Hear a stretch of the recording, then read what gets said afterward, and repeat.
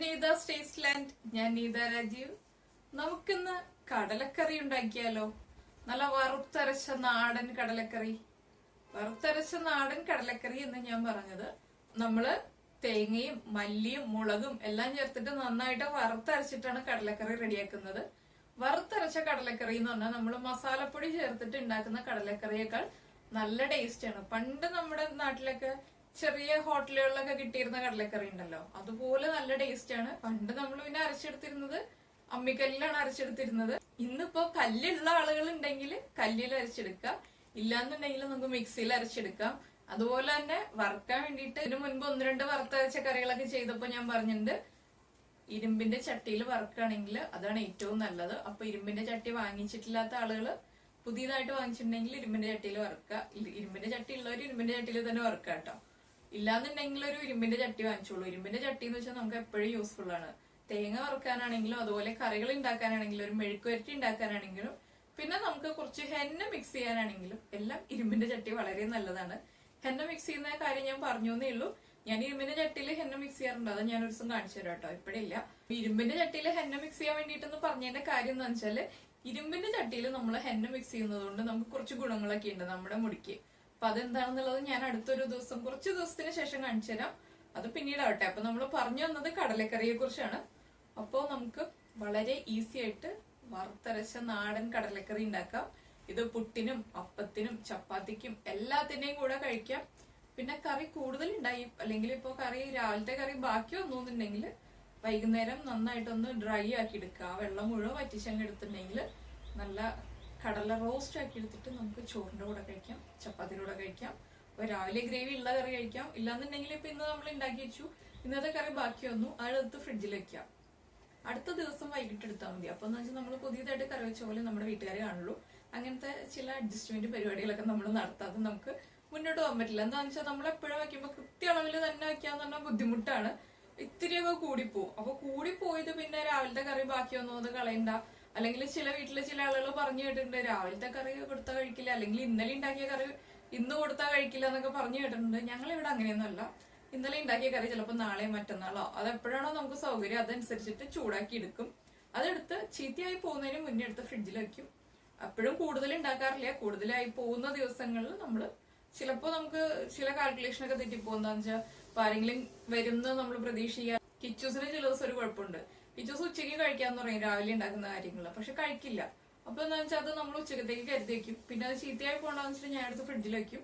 അടുത്ത ദിവസം ചൂടാക്കി എടുക്കും. അപ്പൊ ഈ ചൂടാക്കി എടുക്കുമ്പോൾ കടലക്കറിയൊക്കെ ആണെങ്കിൽ ഞാൻ ചെയ്യുന്നത് നന്നായിട്ടങ്ങ് റോസ്റ്റ് ചെയ്തെടുക്കും. അപ്പൊ എന്താണെന്ന് വെച്ചാൽ നമുക്ക് ചോറിന്റെ കൂടെ കഴിക്കാം. ചൂടോടെ കഴിക്കുമ്പോൾ നല്ല ടേസ്റ്റ് ആണ്. അപ്പൊ 2 രീതിയിൽ കഴിക്കാം. എന്തായാലും എല്ലാവരും ഒന്ന് കണ്ടു നോക്കൂ നമ്മുടെ വറുത്തരച്ച കടലക്കറി. നമുക്ക് കടലക്കറിക്ക് ആവശ്യമായിട്ടുള്ള ഇൻഗ്രീഡിയൻസ് നോക്കാം.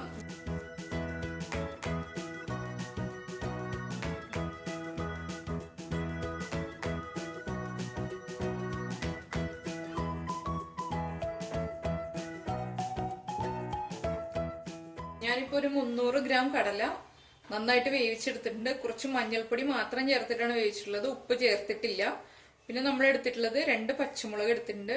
ഒരു തേങ്ങയുടെ ഒരു 1/4 മുറി പോർഷൻ കൊത്തി എടുത്തിട്ടുണ്ട്, ചെറിയ പീസാക്കി എടുത്തിട്ടുണ്ട്. പിന്നെ നമ്മൾ എടുത്തിട്ടുള്ളത് ഇഞ്ചി ചെറുതായിട്ട് കട്ട് ചെയ്തെടുത്തിട്ടുണ്ട്. അതുപോലെ തന്നെ വെളുത്തുള്ളി കട്ട് ചെയ്തെടുക്കുക. 3 തണ്ട് കറിവേപ്പില എടുത്തിട്ടുണ്ട്. തേങ്ങ ചിരവിയത്, 3 സവാള ചെറുതായിട്ട് കട്ട് ചെയ്തെടുത്തിട്ടുണ്ട്. വറ്റൽമുളക് ഇപ്പൊ ഞാനൊരു 8 എണ്ണം എടുത്തിട്ടുണ്ട്. ഇത് വറവിടാനും അരപ്പിനും കൂടി വേണ്ടിയിട്ടാണ് നമ്മൾ 8 വറ്റൽമുളക് എടുത്തിട്ടുള്ളത്. 1 ടീസ്പൂൺ പെരിഞ്ജീരകം എടുത്തിട്ടുണ്ട്. 1.5 ടേബിൾ സ്പൂൺ മല്ലി എടുത്തിട്ടുണ്ട്. പിന്നെ എടുത്തിട്ടുള്ള മഞ്ഞൾപ്പൊടിയാണ്. 1.5 ടീസ്പൂൺ കുരുമുളക് എടുത്തിട്ടുണ്ട്. എരിവനുസരിച്ച് കുരുമുളകിന്റെയും വറ്റൽമുളകിന്റെയും എണ്ണം തീരുമാനിക്കുക. പിന്നെ എടുത്തിട്ടുള്ളത് ഇതുപോലെ 2 ചെറിയ പീസ് പട്ട എടുത്തിട്ടുണ്ട്. 2 ചെറിയ പീസ് എടുത്തിട്ടുള്ളൂ കേട്ടോ, വലിയ പീസല്ല. 3 ഗ്രാമ്പു, ഒരു തക്കോലത്തിന്റെ ഒരു ചെറിയ പീസ്, 1 ഏലക്ക. പിന്നെ നമുക്ക് ആവശ്യമുള്ളത് ഉപ്പ്, വെളിച്ചെണ്ണ. നാടൻ രീതിയിൽ ചെയ്യുമ്പോൾ വെളിച്ചെണ്ണയിൽ തന്നെ ചെയ്യാം. പിന്നെ നമുക്ക് ആവശ്യമുള്ളത് വെള്ളമാണ്. കടല വേവിക്കാനും വെള്ളം വേണം, അതുപോലെ തന്നെ അരയ്ക്കാനും വെള്ളം വേണം. അപ്പൊ ഞാൻ വെള്ളം എടുത്ത് വെച്ചിട്ടില്ല, അത് എല്ലാവർക്കും അറിയാവുന്നതാണല്ലോ അരയ്ക്കാനൊക്കെ വെള്ളം വേണം എന്നുള്ളത്. ഇനിയിപ്പോ നമുക്ക് ആദ്യം തേങ്ങ നന്നായിട്ട് വറുത്തെടുക്കാം. നമ്മളിപ്പോ ചട്ടി ചൂടാക്കിയിട്ട് ചട്ടിയിലേക്ക് തേങ്ങ ഇട്ടിട്ടുണ്ട്. ഇതിപ്പോ ചെറിയ മുറി, അരമുറി തേങ്ങ ചിരവിയതാണ്. ചെറിയ മുറി ആയതുകൊണ്ടാണ് അരമുറി മുഴുവൻ ഇട്ടിട്ടുള്ളത്. ഇതിലേക്ക് നമുക്ക് എടുത്തു വെച്ചിരിക്കുന്ന മല്ലി ചേർക്കാം. 1.5 ടേബിൾ സ്പൂൺ മല്ലിയാണ് എടുത്തിട്ടുള്ളത്. അതുപോലെ തന്നെ നമ്മൾ എടുത്തിട്ടുള്ള തക്കോലം, പട്ട, ഒരേലക്ക, 3 ഗ്രാമ്പു, 1.5 ടീസ്പൂൺ കുരുമുളക്. ഇത്ര എരിവ് ആവശ്യമില്ല എന്നുണ്ടെങ്കിൽ ഇത്ര കുരുമുളക് ചേർക്കണ്ട. പിന്നെ നമ്മൾ ചേർക്കുന്നത് 4 വറ്റൽമുളകാണ്.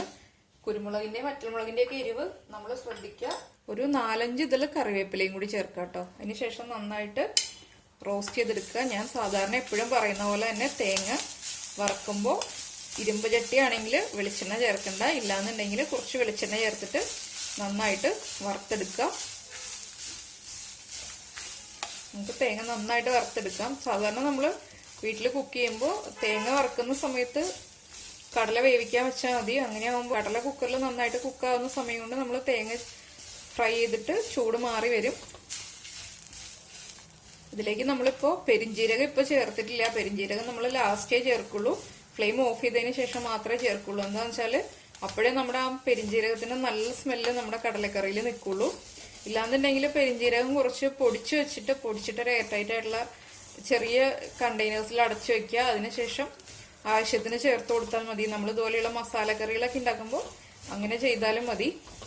കടല ഇപ്പോൾ ഒരു 8 മണിക്കൂർ സോക്ക് ചെയ്തതിന് ശേഷം 4 വിസിൽ വരുന്നത് വരെ കുക്കറിൽ വേവിച്ചതാണ്. നമ്മുടെ ഓരോരുത്തരുടെയും കുക്കറിന്റെ ഇതനുസരിച്ചിട്ട് കുക്കർ അനുസരിച്ചിട്ട് കുക്കിംഗ് ടൈമിൽ വ്യത്യാസം ഉണ്ടാവും. അതുപോലെ കിട്ടുന്ന കടല അനുസരിച്ചിട്ടും വ്യത്യാസം ഉണ്ടാവും.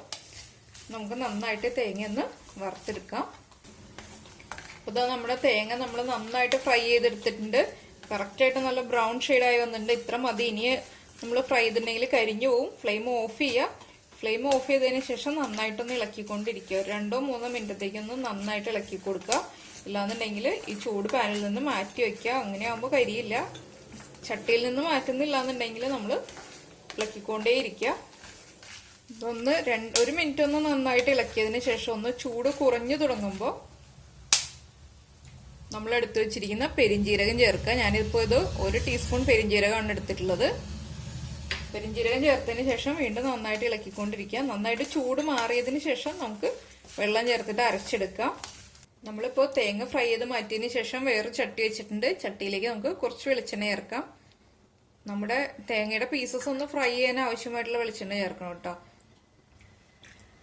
വെളിച്ചെണ്ണ ചൂടായി വരുമ്പോൾ ചെറുതായിട്ട് കട്ട് ചെയ്ത് വെച്ചിരിക്കുന്ന തേങ്ങയുടെ പീസസ് ആഡ് ചെയ്യുക.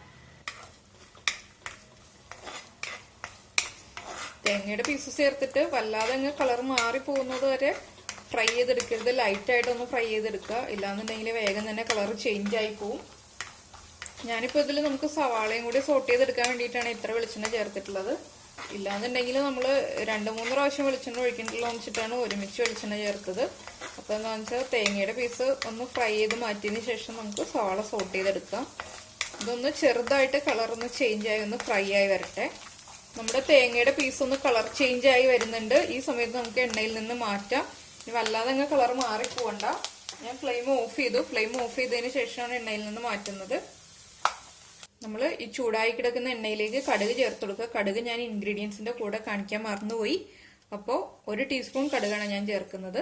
ഫ്ലെയിം ഓൺ ചെയ്തിട്ടില്ല. എണ്ണയ്ക്ക് നല്ല ചൂടായതുകൊണ്ട് തന്നെ ആ ചൂട് എണ്ണയിലേക്കാണ് ഇട്ടിട്ടുള്ളത്.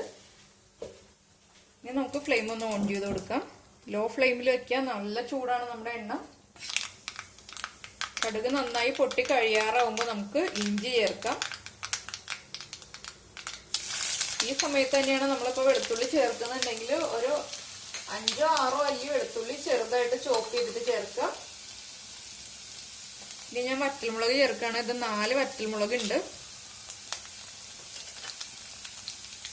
ഇങ്ങനെ ചേർക്കുമ്പോൾ നമ്മൾ ചൂടെണ്ണയിലേക്ക് വറ്റൽമുളക് ചേർക്കുമ്പോൾ ഡയറക്റ്റ് പെട്ടെന്ന് തന്നെ കടുക് പൊട്ടിയതിന് ശേഷം വറ്റൽമുളക് ചേർക്കുകയാണെങ്കിൽ വറ്റൽമുളകിന്റെ കളർ വേഗം മാറിപ്പോവും. അപ്പൊ ഇഞ്ചി ചേർത്തതിന് ശേഷം ചേർക്കുകയാണെങ്കിൽ വറ്റൽമുളകിന്റെ കളർ അങ്ങ് വല്ലാതെ മാറില്ല. ഇഞ്ചി കുക്കായതിന് ശേഷം നമ്മൾ ചേർക്കുകയാണെങ്കിൽ ഇഞ്ചി വല്ലാതെ അങ്ങ് കുക്കായിപ്പോവും, ഓവർ കുക്കായിപ്പോവും. ഇഞ്ചി ഇട്ട ഉടനെ തന്നെ വറ്റൽമുളകും ചേർക്കുക. ഇതിലേക്ക് നമ്മൾ എടുത്തു വെച്ചിരിക്കുന്ന 2 പച്ചമുളക് ഒന്ന് സ്പ്ലിറ്റ് ചെയ്തതാണ്.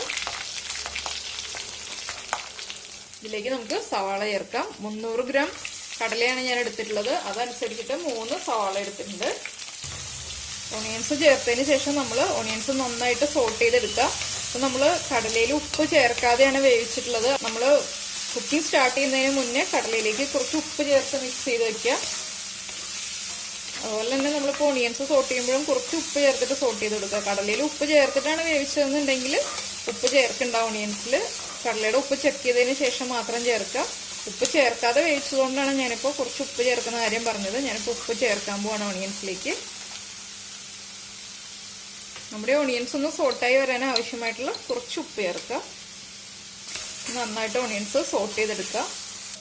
നമ്മുടെ ഓണിയൻസ് നന്നായിട്ട് സോട്ടായി വന്നിട്ട് നമുക്ക് ഇതിലേക്ക് കുറച്ച് മഞ്ഞൾപ്പൊടി ചേർക്കാം. ഞാനൊരു 1/4 ടീസ്പൂൺ മഞ്ഞൾപ്പൊടി ചേർത്തിട്ടാണ് കടല വേവിച്ചെടുത്തിട്ടുള്ളത്. ഇനി നമുക്ക് ഈ ഓണിയൻസിലേക്ക് ഒരു 1/4 ടീസ്പൂൺ മഞ്ഞൾപ്പൊടി ചേർക്കാം. മഞ്ഞൾപ്പൊടി ചേർത്തതിന് ശേഷം നന്നായിട്ട് സോട്ട് ചെയ്തിട്ടെടുക്കാം. ഇതിലേക്ക് നമുക്ക് എടുത്തു വെച്ചിരിക്കുന്ന കറിവേപ്പിലയുടെ പകുതി ചേർത്ത് കൊടുക്കാം. അതുപോലെ തന്നെ നമ്മൾ ഫ്രൈ ചെയ്ത് വെച്ചിരിക്കുന്ന തേങ്ങയുടെ പീസ് ചേർക്കുക. നമ്മൾ തേങ്ങയിലേക്ക് മഞ്ഞൾപ്പൊടി ചേർത്തിട്ടില്ല, അതുകൊണ്ടാണ് ഇപ്പോൾ മഞ്ഞൾപ്പൊടി ചേർക്കുന്നത്.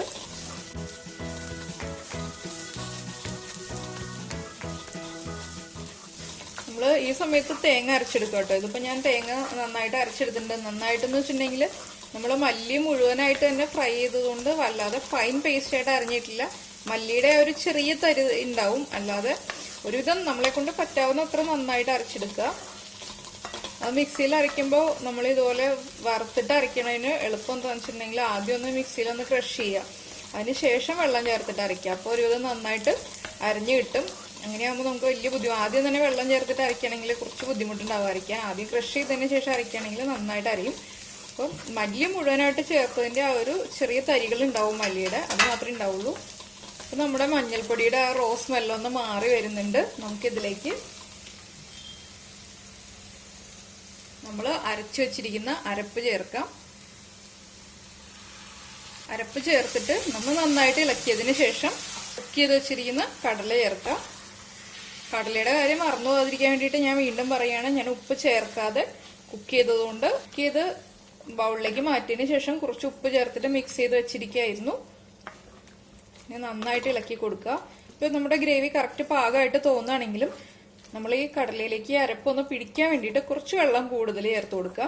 എന്താ വെച്ചാൽ നമ്മൾ വറുത്തരച്ചത് കൊണ്ട് തന്നെ വേഗം തന്നെ നമ്മുടെ ഗ്രേവി കുറുകുകയും ചെയ്യും. നമ്മുടെ കടലയുടെ ഉൾഭാഗത്തേക്ക് മസാല ഒന്ന് നന്നായിട്ട് പിടിക്കാൻ വേണ്ടിയിട്ട് കുറച്ച് വെള്ളം ചേർത്ത് കൊടുക്കുക. ഇതിന് നന്നായിട്ട് ഇളക്കി കൊടുക്കുക. കടലയിലേക്ക് മസാല ഒന്ന് പിടിച്ചു വരുന്നത് വരെ നമ്മളൊന്ന് ലോ ഫ്ലെയിമിലിട്ടിട്ട് കുക്ക് ചെയ്തെടുക്കുക. നമ്മുടെ കടലക്കറി കറക്റ്റ് പാകമായിട്ടുണ്ട്. ഇതിപ്പോൾ ഞാൻ എന്താ ചെയ്തതെന്ന് വെച്ചിട്ടുണ്ടെങ്കിൽ അരപ്പ് ചേർത്തു, കടല ചേർത്തു, അതിനുശേഷം നമ്മൾ വെള്ളം ചേർത്തല്ലോ. എല്ലാം ചേർന്നിട്ട് നന്നായി തിളച്ചതിന് ശേഷം ഞാൻ ലോ ഫ്ലെയിമിലിട്ടിട്ട് ഒരു 10 മിനിറ്റായി ലോ ഫ്ലെയിമിലിട്ടിട്ട് ഇടയ്ക്ക് ഇളക്കി കൊടുത്തു. അപ്പോൾ ഇങ്ങനെ എണ്ണ തെളിഞ്ഞു വന്നിട്ടുണ്ട്. ഇടയ്ക്ക് ഇളക്കി കൊടുത്താൽ മതി, നമ്മൾ കണ്ടിന്യൂസ് ആയിട്ട് ഇളക്കിക്കൊണ്ടിരിക്കേണ്ട. ലോ ഫ്ലെയിമിൽ വെച്ചിട്ട് തന്നെ കുക്ക് ചെയ്യുക. നന്നായിട്ടൊന്ന് തിളച്ചതിന് ശേഷം ലോ ഫ്ലെയിമിൽ വെച്ചിട്ട് കുക്ക് ചെയ്യുക. ഇതിനിടയ്ക്ക് നമ്മൾ ഉപ്പ് ചെക്ക് ചെയ്യണം കേട്ടോ. ഉപ്പ് കുറവാണെങ്കിൽ ഉപ്പ് ചേർത്ത് കൊടുക്കുക. ഞാനിപ്പോൾ ഉപ്പ് എരിവൊക്കെ നോക്കിയപ്പോൾ ഉപ്പ് കുറവായിരുന്നു, കുറച്ച് ഉപ്പ് ചേർത്തു. എരിവൊക്കെ കറക്റ്റ് പാകമായിരുന്നു, അതുകൊണ്ട് തന്നെ ഞാൻ വേറെ ഒന്നും ചേർത്തിട്ടില്ല. എരിവ് കുറവായിട്ട് തോന്നുകയാണെങ്കിൽ കുറച്ച് പെപ്പർ പൗഡർ ആഡ് ചെയ്യാം. ഞാനിപ്പോൾ ഒന്നും ആഡ് ചെയ്തില്ല. എന്താണെന്ന് വെച്ചിട്ടുണ്ടെങ്കിൽ നമ്മൾ കുരുമുളകും വറ്റൽമുളകും എല്ലാം ചേർത്ത് അരച്ചപ്പോൾ കറക്റ്റായിട്ട് എരിവ് പാകത്തിനായിട്ടുണ്ട്. ഇതിലേക്ക് നമ്മൾ കുറച്ച് കറിവേപ്പില ചേർക്കുക. അതിനുശേഷം ഫ്ലെയിം ഓഫ് ചെയ്യുക. ഇതിൻ്റെ മുകളിലേക്ക് നമ്മൾ അവിയലൊക്കെ ചെയ്യുമ്പോൾ ചെയ്യുന്ന പോലെ കുറച്ച് വെളിച്ചെണ്ണ, പച്ച വെളിച്ചെണ്ണ ഒന്ന് ഒഴിച്ചു കൊടുക്കുക. അതിനുശേഷം അടച്ചു വയ്ക്കുക. ഒന്ന് നന്നായിട്ട് ചൂട് കുറഞ്ഞതിന് ശേഷം നമുക്ക് പ്രസന്റ് ചെയ്യാം.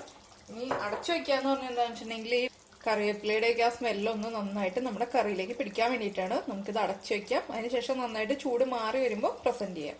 അങ്ങനെ ഇപ്പോൾ നമ്മുടെ കടലക്കറി റെഡി ആയിട്ടുണ്ട്. കണ്ടോ, കാണാൻ നല്ല ഭംഗിയില്ലേ കടലക്കറി കാണാൻ? നല്ല നാടൻ വറുത്തരച്ച കടലക്കറി. നമ്മൾ കട്ട് ചെയ്തിട്ടുള്ള തേങ്ങയുടെ പീസും എല്ലാം നമുക്ക് കാണാൻ പറ്റുന്നുണ്ട്. അതുപോലെ തന്നെ ഞാൻ വല്ലാതെ തിക്കായിട്ടുള്ള ഗ്രേവി ആയിട്ടല്ല എടുത്തിരിക്കുന്നത്. പുട്ടിനും അപ്പത്തിനും ചപ്പാത്തിക്കും ഒക്കെ കഴിക്കാൻ പറ്റിയ രീതിയിലുള്ള ഗ്രേവി ആയിട്ടാണ് എടുത്തിട്ടുള്ളത്. അപ്പോൾ എല്ലാവരും ഇതുപോലെ തന്നെ നമ്മുടെ മല്ലിയും മുളകും എല്ലാം വറുത്തരച്ചിട്ട് ഇതുപോലെ ഒന്ന് കടലക്കറി ഉണ്ടാക്കി കഴിച്ചു നോക്കൂ. ഉറപ്പായിട്ടും ഇഷ്ടപ്പെടും.